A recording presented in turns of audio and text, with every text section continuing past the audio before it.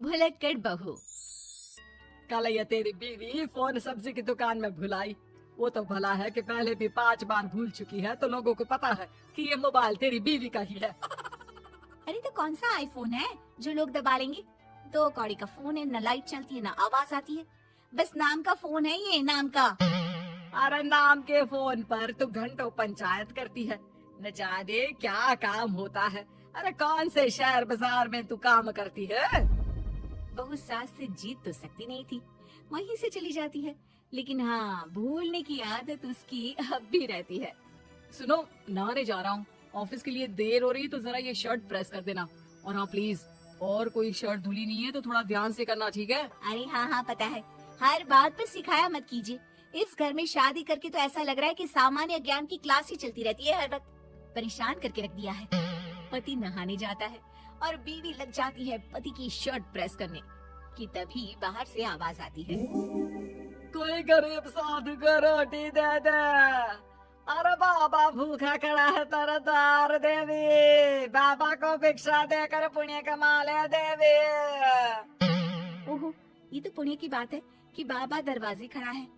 अब इसकी आवाज सासू माँ को सुनाई नहीं देगी, लेकिन मैं और ये कमरे में हल्के से बात कर ले तो क्या?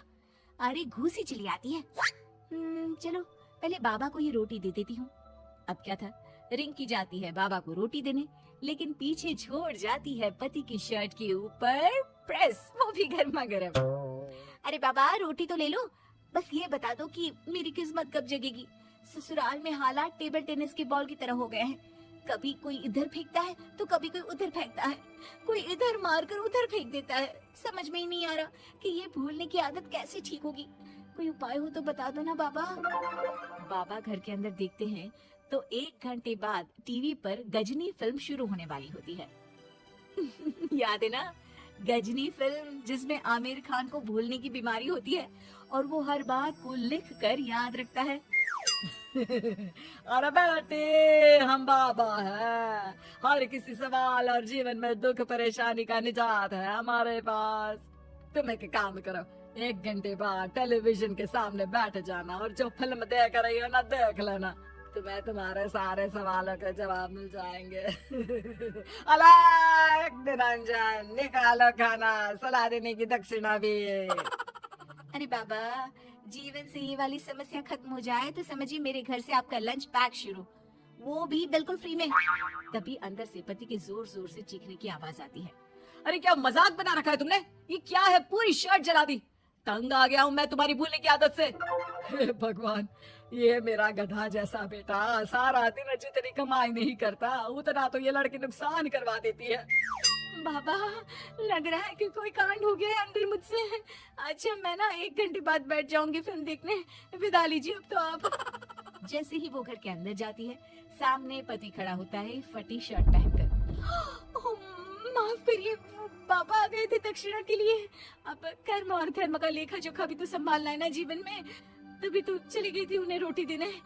वैसे खुशी की बात है, बाबा ने कहा है कि 1 घंटे बाद टीवी देखना है और टीवी देखते ही मेरी ये बीमारी का निजात निकल जाएगा। हाँ हाँ, और जो नुकसान हो गया है यहाँ, वो क्या तेरा जोगी बाबा भरेंगे? देखिए प्लीज, शर्ट बदल लीजिए ना। नहीं, आज तो मैं ऐसे ही जाऊंगा ताकि लोगों को भी पता चले कि कैसी भुलक्कड़ बीवी के साथ निभा रहा हूँ मैं। शुक्र मानो कि छोड़ा नहीं है तुमको। पति की ये बात तो अब रिंकी के तन बदन में लग जाती है। वो सोच लेती है कि अब किसी भी हालत में वो अपनी ये भुलक्कड़पन की बीमारी को खत्म करेगी। फिर क्या था, पति तो फटी शर्ट पहनकर चला जाता है और 1 घंटे बाद बहू कमरे में सो रही होती है कि सास आ जाती है। अरे भुलक्कड़, तुझे तो फर्क नहीं पड़ता, लेकिन हम लोग परेशान हो चुके हैं। जा, तेरा बाबा बोल रहा था ना 1 घंटे बाद टीवी देखना, तो जा देख, क्या पता कुछ सुधार हो जाए। बहू टीवी खोलती है तो सामने चल रही होती है गजनी फिल्म, जिसमें आमिर खान शरीर में या दीवार में लिखकर अपनी चीजों को याद रखता था। उत्तरी, वाह, ये तो सच में बड़ा सही आइडिया है। इससे मुझे याद रहेगा कि क्या करना है और क्या नहीं। अब तो मैं भी सब सीख लिया करूंगी। वो टीवी बंद करके किचन में जाती है कि सास की आवाज आती है। अरे तेरी बुआ सास आ रही है, खाना बना लेना उसके लिए भी। जी माँ जी, बिल्कुल बना लूंगी। और सुन, वो कल वाला जो आटा बचा था ना, उसकी 2 रोटी बुआ सास के लिए बना देना। आटा पड़ा पड़ा खराब ही हो रहा है। बहू फटाफट रोटी बनाती है, लेकिन तभी उसे ध्यान आता है कि बुआ सास की रोटी तो पुराने आटे से बनानी थी। वो पुराना आटा लेकर रोटी बनाकर उस पर पेन से लिख देती है, पुराने आटे की रोटी बुआ जी के लिए। अरे क्या बन रहा है खाने में? भाभी, आपकी बहू की क्या हाल है? भूलने की बीमारी कम हुई या ऐसे ही तबाही मचा रखी है? अरे क्या बताए, अब आज किसी बाबा से उपाय पता किया है, देखो जरा। भाभी, आप ही हो जो संभाल रही हो ऐसी बहू। हम लोगों से तो पता नहीं हो पाता या नहीं। तभी वहाँ बहू आ जाती है। हाँ, तभी तो मैं इनकी बहू हूँ, आपकी नहीं।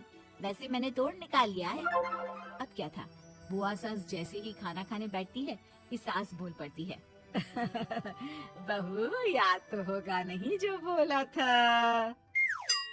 याद करो, बुआ के लिए कौन सी रोटी बनानी है, कहा था ना मैंने। जी सब याद है, सब कुछ ये लीजिए। लेकिन जैसे ही बुआ सास की रोटी उनकी प्लेट में आती है, वो जोर जोर से चिल्लाने लगती है। अच्छा, तो ये टोटका बताया है तेरे बाबा ने, जो कुछ भूलो लिख लो, क्यों? बहू को लगता है कि बुआ सास तारीफ कर रही है। अब क्या करे, याद रखने के लिए कुछ न कुछ तो करना होगा ना, वरना रोज रोज ताने बोलियां खा खा कर तो मैं परेशान हो गई थी। तो क्या कहा तेरी सास ने? बासी आटे की रोटी बुआ सास के लिए? है? बाबा, अरे हाँ, कैसी बात कर रही हो ननद रानी, मैं ऐसा क्यों बोलूंगी? ऐसा आपको कैसे पता चला? क्योंकि तेरी भुलक्कड़ बहू ने ये लिखा है। बहू सबके सामने वो रोटी रख देती है जिसमें लिखा होता है, बुआ सास की रोटी बासी आटे की।